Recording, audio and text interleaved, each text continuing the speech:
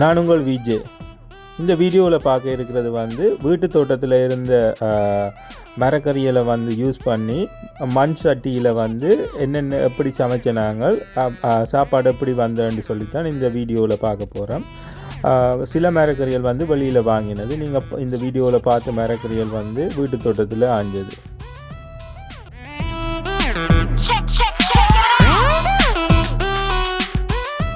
வீட்டு தோட்டத்தில் ஆஞ்ச புடலங்காயை வந்து சின்ன சின்னதாக வெட்ட வேணும். மற்ற மரக்கறி வந்து கேள், இது வந்து கடையில் வாங்கினது. வீட்டில் வளர்த்தினாங்க, அது வந்து மசுக்குட்டி சாப்பிட்டுட்டுது. மற்றது கருவேப்பிலை, மிளகாய், வெங்காயம், பூண்டு அதில் எல்லாத்தையும் வெட்டிட்டு அடுத்ததாக என்ன செஞ்சாங்கன்னு சொல்லி சொன்னால் சோயா மீட்டை வந்து சுடு தண்ணிக்குள்ளே ஊற வச்சுட்டு வந்து சின்ன சின்ன துண்டுகளாக வெட்டினது. என்னென்னு சொல்லுங்க, சின்ன சின்ன துண்டுகளாக வெட்டினா கொஞ்சம் டேஸ்ட்டாக இருக்கும். அடுத்தது வந்து உரைப்புகள் வந்து சின்ன சின்ன துண்டுகளுக்குள்ளே கூடதாக வந்து சேரும். பேருந்து வந்து இதில் வந்து நாங்கள் மண் சட்டியில் தான் சமைச்சினாங்க. இப்போ மண் சட்டி 2 மண் சட்டி வீட்டு இருந்தது. இப்போ 2 மண் சட்டிலையும் வந்து தான் இது சமைச்சினாங்க. இப்போ ஊரில் எப்படி நாங்கள் மண் சட்டியில் சமைப்போமோ அந்த டேஸ்ட்டுக்காக வந்து மண் சட்டியில் தான் நார்மலாக வந்து இந்த சமையல் இங்கே இருக்கிறது. இப்போ வந்து முதல் பருப்பு, நார்மலாக பருப்பு வந்து எல்லோரும் சமைக்கிறது. இன்றைக்கு வந்து டோட்டலாக வந்து 4 கறியும் அப்படி அந்த சோறும் சமைக்க போகிறோம்ன்றது தான் இந்த எபிசோடில் பார்க்க போகிறோம். இப்போ 2வது மண் சட்டியையும் சூடாக்க வலிக்கிட்டாச்சு. இந்த மண் சட்டியில் தான் சோயா மீட் வந்து செய்ய போகிறோம். அப்போ இந்த மண் சட்டியை சூடாக்கி இந்த தண்ணியில் வந்து ஆவியாகினா போல் சோயா மீட்டை வந்து அந்த மண் சட்டியில் சமைக்க போகிறோம். அதுக்கு முதலில் தான் எங்கள்ட மரக்கறிகள் வந்து சமைக்கிறதுக்கு முதலே எல்லாத்தையும் வெட்டி வச்சுருந்தா ஈஸியாக வந்து குயிக்காக சமைக்கலாம். என்ன செய்ய போகிறோம்னு சொல்லிச்சோன்னா 3 கறியும் வந்து ஒரே நேரத்தில் வந்து சமைக்க போகிறோம். முதலாவது பருப்பு, மற்ற மண் சட்டியில் வந்து சோயா மீட், மற்றொரு சட்டியில் வந்து கேல் சமைக்க போகிறோம். கேலுக்கு வந்து பெரிய ஒரு சட்டி தேவைன்றதால மண் சட்டி அந்தளவு பெரிய அளவு இல்லாததால் வந்து நாங்கள் ஒரு தாச்சி சட்டியில் வந்து கேலை வந்து சமைக்கிறதுக்கு தான் பிளான் பண்ணினாங்க. இப்போ வந்து சோயா மீட்டுக்கு வந்து மஞ்சள் மற்ற தேவையானதுகளை போட்டு மிக்ஸ் பண்ணுறோம். மற்றது மண் சட்டி சூடான உடனே கடுகு வந்து மற்றது சீரகம் அதுகளை வந்து போட்டு வந்து கொஞ்சம் ஹீட் ஆக்கிட்டு அதுக்கு பிறகு வந்து வெங்காயம், பச்சை மிளகாய், மற்றது கருவேப்பிலையை போட்டு மிக்ஸ் பண்ண வேணும் இந்த சட்டியில். ஸோ அந்த ப்ரோசஸ் வந்து நாங்கள் இப்போ செய்ய போகிறோம். அதுக்கு முதல்ல இந்த தக்காளி வந்து எங்கள் வீட்டு தோட்டத்தில் ஆஞ்சிட்டு டீப் ஃப்ரெஷரில் வச்சுருந்தாங்க. டீப் ஃப்ரெஷரில் இருக்கிற தக்காளி வந்து வெட்டுறது கொஞ்சம் கஷ்டம். என்னென்னு சொல்லி சொன்னால் அது வந்து பயங்கர போசனாக இருக்கும், கல் கணக்கு இருக்கும். ஸோ கொஞ்சம் நேரம் இதண்டிட்டு வந்து வெட்ட வேணும். இப்போ வந்து கடுகு போகிறோம். இப்போ கடுகு வடிக்க தொடங்கினா போல் மற்றதுகளை போட்டு வந்து மிக்ஸ் பண்ணிவிட்டு ஒரு பதம் வரைக்கும் வந்து சோயா மீட்டை போடலாம். பருப்பு வந்து ஓரளவு வேக தொடங்கினோடனே தேவையானதுகளை வந்து பருப்புக்கு வந்து ஆட் பண்ணிவிட்டு பருப்பை அப்படியே ஹீட் பண்ணவே விடணும். இதுதான் வந்து நாங்கள் கேல் செய்கிறதுக்கு பாவிக்க போகிற பெரிய சட்டி.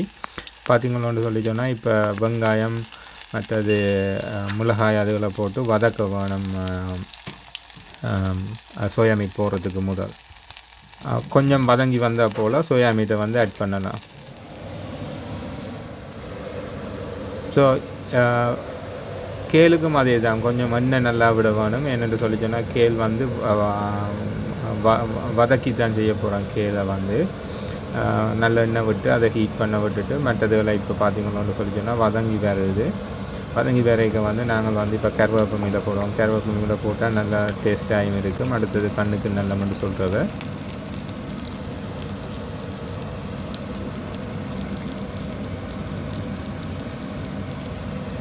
இப்போ பருப்பு வந்து கொஞ்சம் சூடாக வலிக்கிட்டு குமிழியெல்லாம் வருது. குமிழியல் வர வலிக்கிட்டோன்னா சூடாகிற தான் அர்த்தம். இப்போ வந்து திருப்பி வந்து கடுகு வந்து இந்த கேல் வரைக்கு வந்து கடுகு மற்றது வெங்காயம் நார்மலாக போடுற சாமான்கள் ஃபுல்லாக இதுக்கு போட வேணும். போட்டுட்டு வந்து அது நல்லா வதங்கும் வர வெயிட் பண்ண வேணும் கேள் போடுறதுக்கு மூலம். கேள் வந்து பேசிக்காக வந்து ஒரு பெரிய குவான்டிட்டியாக தான் இருக்கும். வெட்டின உடனே நீங்கள் பார்க்க தெரியும் இந்த சட்டி ஃபுல்லாக வந்து வந்துடும். கொஞ்சம் கடலை பருப்பும் போடுறது எண்ணெய் பருப்பும் கொஞ்சம் அடிஷனல் டேஸ்ட்டை கொடுக்கும் கேளுக்கு.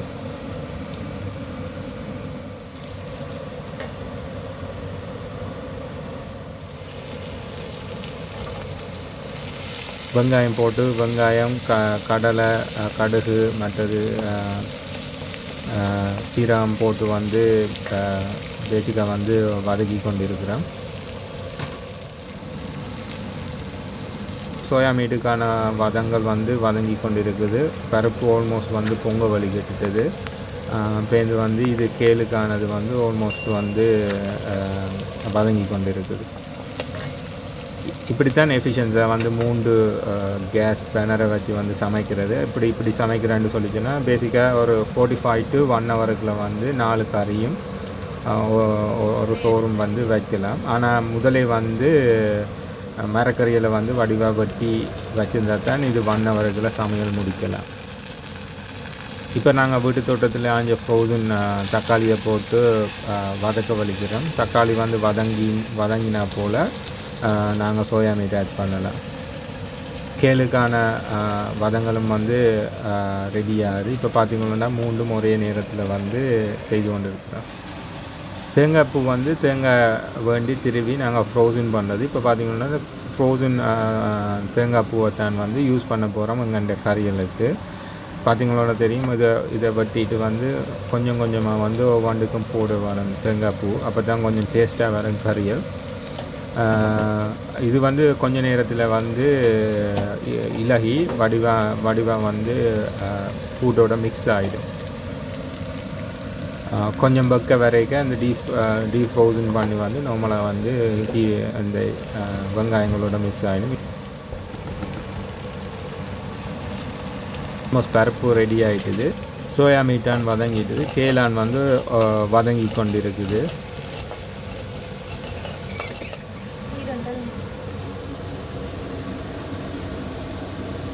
இப்போ பார்த்தீங்களோட சொல்லிட்டோன்னா டெக்ஸ்சர்ஸ் வந்து நல்ல நீட் டைம் வந்து இருக்குது. இது ஆல்மோஸ்ட் வந்து இனி ரக்கிற பதம் தான். இனி வந்து இதுக்கு ரக்கிட்டு வந்து தேசிக்காய் புளி போட்டோமோன்னு சொல்லிட்டோன்னா பருப்பு வந்து ரெடி. ஆல்மோஸ்ட் தூள் போட வேணும் சோயா மீட்டுக்கு தூள் போட்டால் சோயா மீட் கொஞ்சம் முறைப்பாக வரும். உரைப்பு தூளும் மற்ற மசாலா தூளும் போட்டு வந்து சோயா மீட் வந்து அந்த இதோட இதாண்ட வந்து மற்றது. இப்போ கேளுக்கு வந்து நம்மளாக இதுகளை வதக்கிட்டு கேளு எண்ணெய் இதுக்குள்ள போட்டுட்டு வந்து ஃபுல்லாக வந்து திருப்பி வந்து மிக்ஸ் பண்ண வேண்டியதான். தூளை வந்து வடிவாக மிக்ஸ் பண்ண வேணும். அப்போ தான் அந்த வதங்களோட வடிவாக செய்கிறோம். அல்லது தூள் வந்து கரையில் கட்டி ஆகிடும். அதே ப்ரோசஸ் தான் பேசிக்காக வந்து இதுக்குன்னு செய்கிறது கேளுக்கு.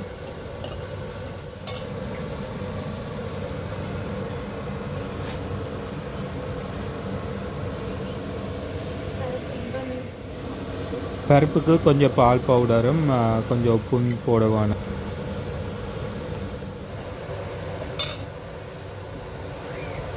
மற்ற மிக்சிங் வந்து ஓரளவு நல்லா நடக்குது. இப்போ செய்த சோயா மீட்டை வந்து வெட்டின சோயா மீட்டை வந்து இனி இதுக்குள்ளே போட்டு இனி மிக்ஸ் பண்ணிவிட்டு கொஞ்சம் நேரம் ஆவிய விட்டால் மண் சட்டியில் வந்து நாங்கள் சோயா மீட் சமைச்சிட்டோம். மற்றது பருப்பு சமைச்சிட்டோம். கேள் வந்து மண் சட்டியில் சமைக்கலாமல் இருந்தது. இந்த மண் சட்டி எங்கள்கிட்ட இருக்கல. பருப்பு ஆல்மோஸ்ட் ரெடி.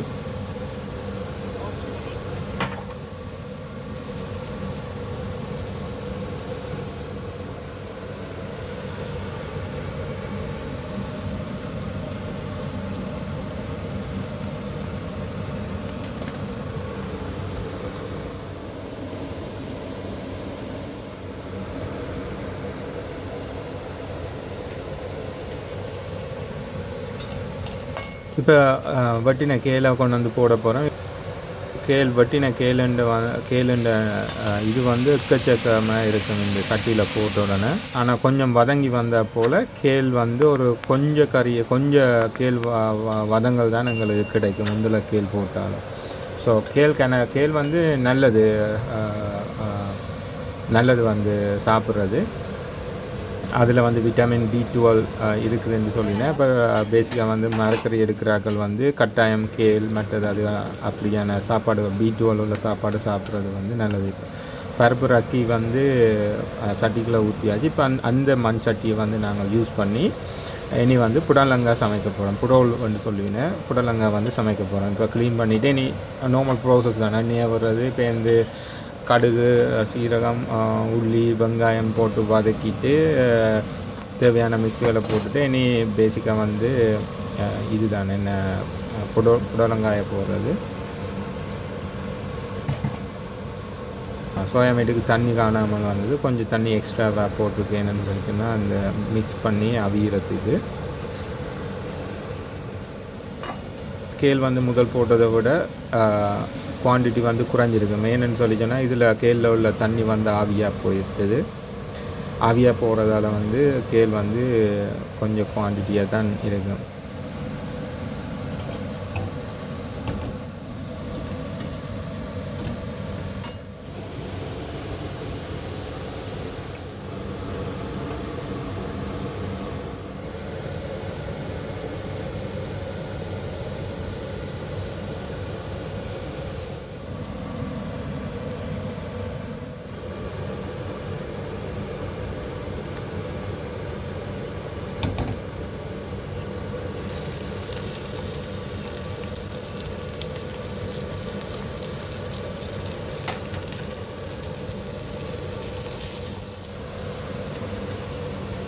சோயா மீட் வந்து ஆல்மோஸ்ட் வந்து கம்ப்ளீட் பண்ணுற ஸ்டேஜுக்கு வந்துட்டுது. எல்லாம் மிக்ஸ் வந்து பண்ணி வடிவான ஒரு கலர்லையும் வந்துட்டுது.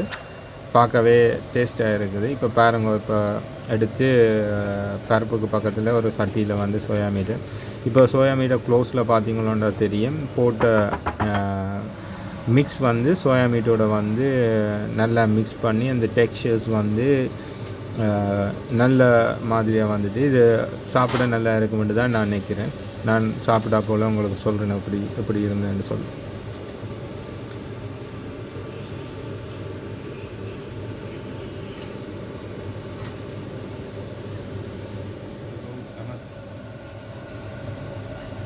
சோயா மீட்டுக்கும் பருப்புக்கும் வந்து தேசிக்காய் புளி விட வேணும். அதுதான் இப்போ செய்கிறோம். தேசிக்காய் புளி விட்டால் வந்து ஒரு டேஸ்ட் வரும். அந்த டேஸ்ட் வந்து மரக்கறி சாப்பிடுக்க வந்து நல்லா இருக்கும். இதே மாதிரி தான் பருப்புக்கும் வந்து புளி விட வேணும். நாங்கள் போட்ட அளவு கேளுக்கும் அது கடைசியாக வறுக்கிற கேளுக்குமான குவான்டிட்டியை பாருங்க. இந்த கேள் வந்து 2 பேருக்கு தான் காணுமான கேள். ஆனால் கேள் சாப்பிட்றது நல்லது. இப்போ வந்து கடைசியாக வந்து புடலங்காய் சமைக்கிறதுக்கான ப்ரோசஸ் போய்கொண்டிருக்கு. புடலங்காய் சமைச்சு அதுக்கு பிறகு வந்து நாங்கள் சோறு சமைக்கிறது தான் பிளான். இப்போ புடலங்காய் வந்து குயிக்காக சமைச்சிடலாம். என்னென்ன சின்ன துண்டுகளாக வெட்டினது. புடலங்காய் வந்து உரைப்பதுகள் பெருசாக போகிறதில்லை. நார்மலாக உப்பும் அந்த மற்ற முதல் போட்ட இன்க்ரீடியன்ஸுமே காணும் இந்த புடலங்காய்க்கு.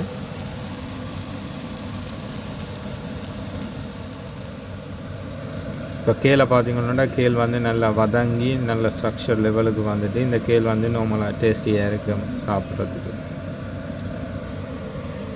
இந்த மரக்கறிக்கு வந்து வேல்யூ ஆட் பண்ணுறது வந்து கேள் வந்து ஆட் பண்ணி சாப்பிடுக்க வந்து சில விட்டமின்ஸும் அதோட வரும். ப்ளஸ் வந்து வெஜிடபிளில் ஆட் ஆகுது. அடுத்தது வந்து நல்ல டேஸ்டியாகவும் இருக்கும். அதாவது அந்த பருப்பு போட்டு நாங்கள் அந்த பருப்பு வந்து துவரம் பருப்பு, கடலைப்பருப்பு நினைக்கிறேன். கடலைப்பருப்பு வந்து இந்த கேளுக்கு வந்து இன்னும் ஒரு டேஸ்ட் ஆட் பண்ணும்.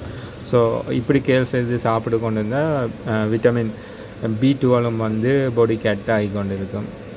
ஏன்னா வெஜிடபிள் சாப்பிட்றாக்களுக்கு வந்து B12 டிஃபிஷியன்சி இருக்குது. பட் கேள் மற்றது சில மரக்கறிகளில் வந்து விட்டமின் B12 இருக்குது. ஸோ இது வந்து நல்ல சாமான அந்த விட்டமினை வந்து அக்யூமுலேட் பண்ணுறதுக்கு பாடிக்கு.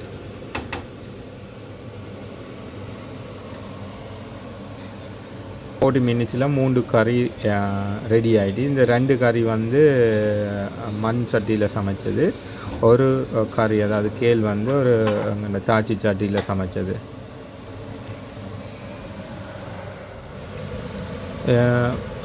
புடலங்காய் அதாவது புடோல் வந்து இப்போ ஆல்மோஸ்ட் ரெடி ஆகுது. இதில் கொஞ்சம் மசாலா மிக்ஸ் பண்ணுறோமேனு சொல்லிச்சோன்னா மசாலா டேஸ்ட் வர்றதுக்கு நாங்கள் கறி சமைச்சு சாப்பிட்ற மசாலா கட்டாயம் மிக்ஸ் பண்ண வேணும். அப்போ தான் எங்களுக்கு அந்த மனமும் டேஸ்ட்டும் வரும். வீட்டில் உள்ள கேஸ் பேனலில் 6 சட்டி வச்சு சமைக்கலாம். 6 சட்டி வச்சு சமைக்க கொஞ்சம் கஷ்டம்தான்.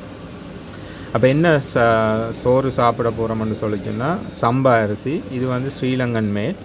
ஸோ இந்த ஸ்ரீலங்கன் மேட் சம்பா அரிசி தான் வந்து யூஸ் பண்ணி இப்போ வந்து சோறு ஆக்க போகிறோம்.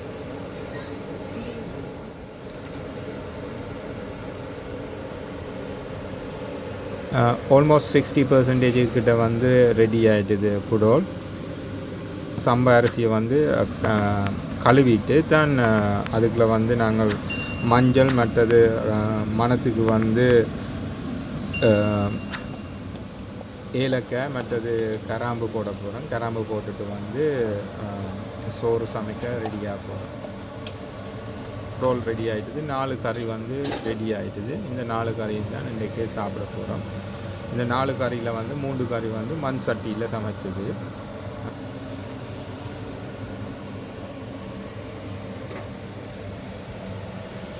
இந்த 4 கறியும் வந்து ஆல்மோஸ்ட் 50 மினிட்ஸ் எடுத்தது சமைக்கிறதுக்கு.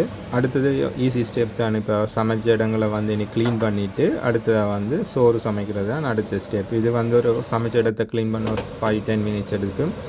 அதுக்கு பிறகு இனி சோறை வச்சுட்டு சோறை சமைக்கிறது தான் அடுத்த ஸ்டெப். சோறு சமைச்சா போல் அடுத்தது என்னது சாப்பிட்றது தான்.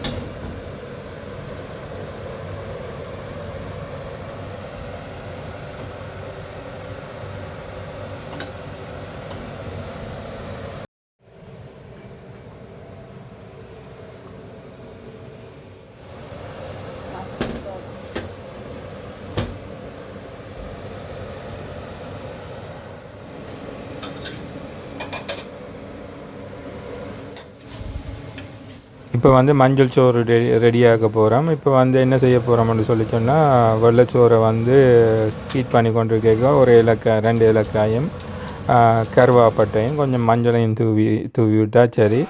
தூவிட்டு வந்து ஹீட் பண்ணினா கொஞ்சம் நேரத்தில் மஞ்சள் சோறு ரெடி ஆகிடும். அதுக்கு பிறகு என்ன சாப்பிட்றது தான்.